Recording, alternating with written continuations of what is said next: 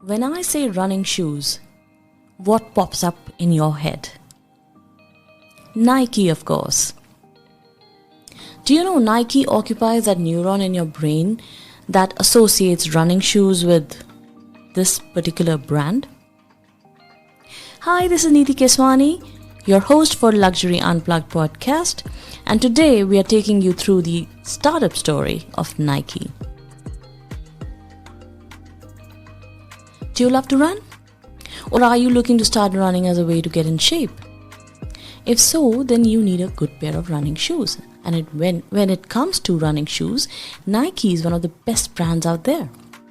Now, this podcast is not particularly sponsored by Nike, but we want to indulge Nike because we just love the brand so much. So we will take a look at some of the best Nike running shoes for both men and women. Whether you are a seasoned runner or just starting out, you'll be sure to find the perfect pair of kicks for your needs. Let's get started. Why is Nike the best running shoe brand? Well, it's a top running shoe brand for a good reason.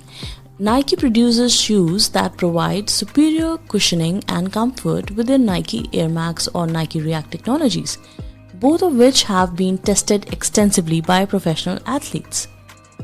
Now, Nike shoes are also designed to be lightweight and breathable, making them ideal for long-distance runs. Their superior traction gives you added grip when you need it most, giving you total confidence in your footing on every run. Nike shoes also tend to have a sleek, modern design that is fashionable and represents the unique style of each individual runner. Finally, Nike offers a wide selection of sizes, colors, and styles to match any runner's personal taste or preferences. All of these factors make Nike the best running shoe running shoe brands on the market today.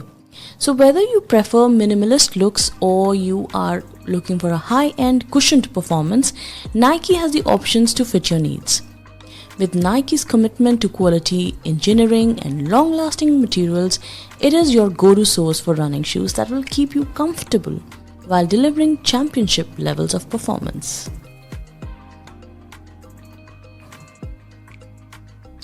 Now, before we get into the different types of Nike running shoes available in the market, why don't we just get into how it all got started? You see, Nike was founded in 1964 by Bill Bowman and Phil Knight. The company started off as Blue Ribbon Sports, a distributor of Japanese shoes imported to the United States. And they opened its first retail store in Santa Monica, California. With a vision to create better athletes through innovation and design, they began manufacturing their own shoes under the Nike brand.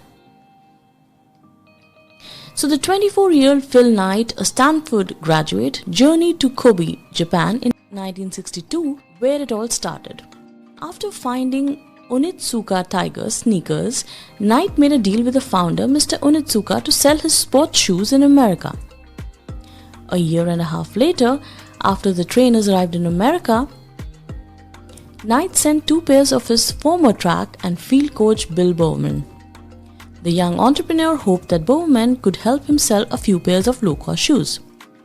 To his delight, not only did Bowman wanted to support his venture, but he also wanted to become business partners with him. And so Blue Ribbon Sports was created on January 25th, 1964. Over the years at the University of Oregon, Bowman created custom running shoes for his athletes, adjusting them for things like cushioning, energy return, and breathability. It wasn't long before he started to experiment with pre-existing Onitsuka Tiger training shoes, piecing them together with new outsoles, midsoles, toe boxes, and lacing systems to create innovative designs. Eventually, Bowman invented a prototype that was better than any of the Japanese label's offerings. After much deliberation, Bowman gave his creation the name of Cortez.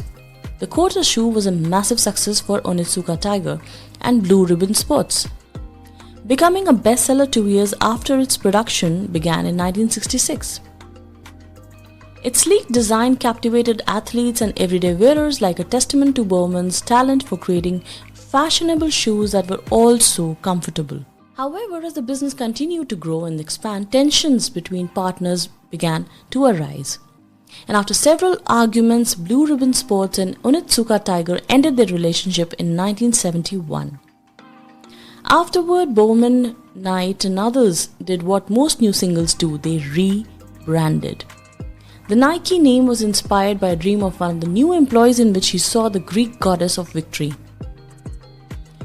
Carolyn Davidson from Portland State University designed the Nike logo for only $35, but received 500 shares of Nike stock later on.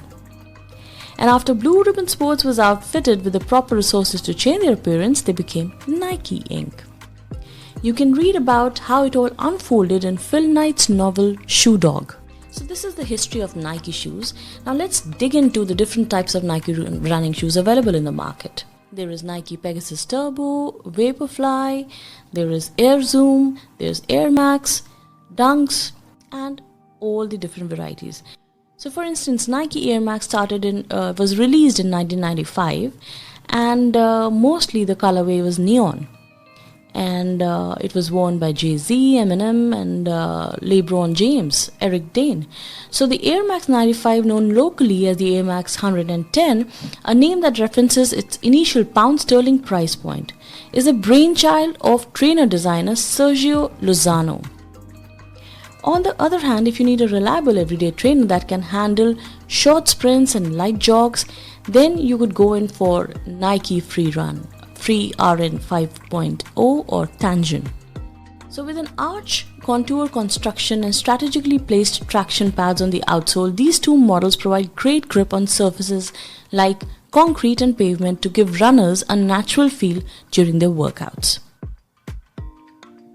No matter what your needs are or what your running experience is, you'll surely find something among Nike's diverse range of running shoes that will help take your performance to new heights.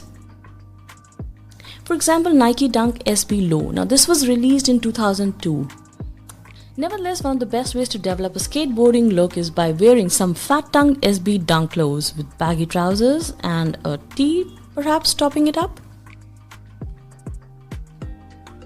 Then there is this Nike Dunk High. Now this was released in 1985 and it was worn by Andre 3000, Jake Gyllenhaal, Virgil Abloh and Devin Booker.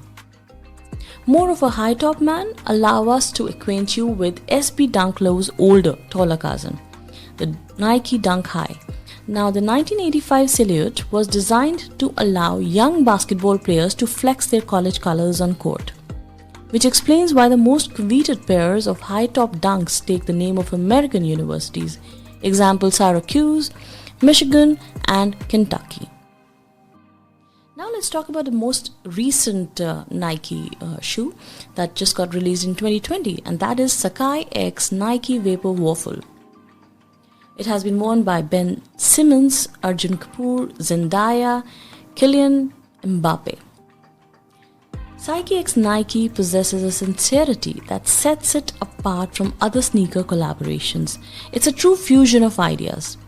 Take for example the collaborative Vapor Waffle silhouette, an amalgamation of the Nike Pegasus and Nike Vaporfly that embodies Nike's forward-thinking attitude and Sachs' experimental approach to design.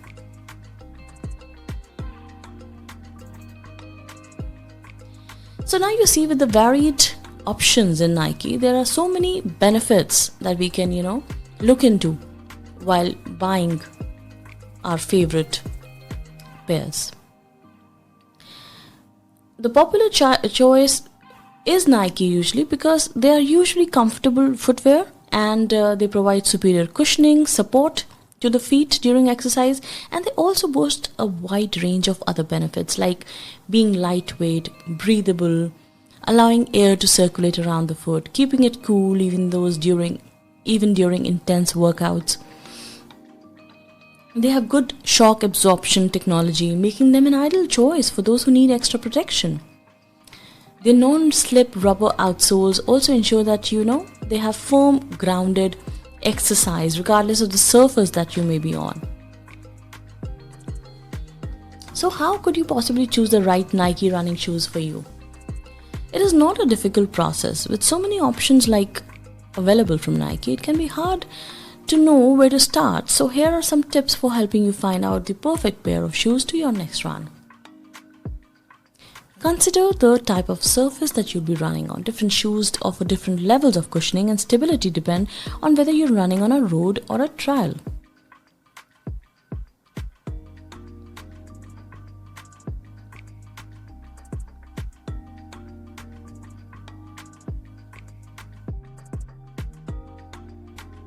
How to take care for your Nike running shoes? Now, as a runner, it's important to take the proper measures to care for your running shoes, especially if you are looking for endurance.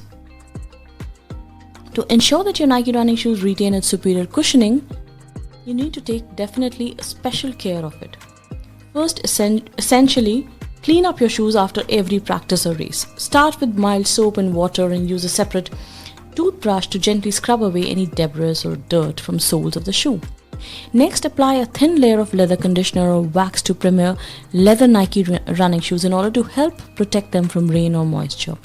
It's also important to rotate between two pairs of running shoes so that no one can have time to dry out completely before being worn again. Finally, when not in use, store your Nike running shoes in a dark closet space, as direct sunlight can cause them to dry out prematurely and compromise their fit over time. So taking these basic steps will give you a long way towards keeping your Nike running shoe lasting longer while helping you stay on top of your next personal best. Now, as we come to the conclusion of this particular podcast, we understand that Nike shoes are some of the best in the business, and they've been designed with runners in mind, and they provide a wealth of benefits for wearers. So if you're looking for a new pair of running shoes or you just want to learn about Nike running shoes, be sure to check out the links below. Thanks for tuning in.